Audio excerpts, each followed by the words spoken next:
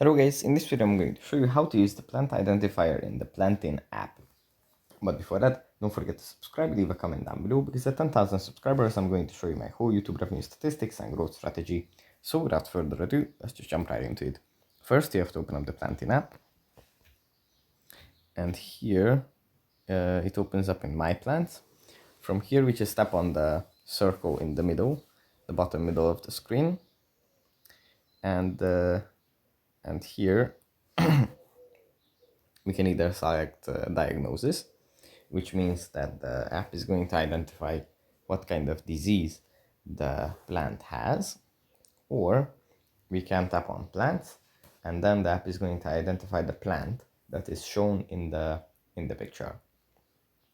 So if we bought some plant and we don't know what it is, we can use this function to identify it, and then to learn about how to care for it.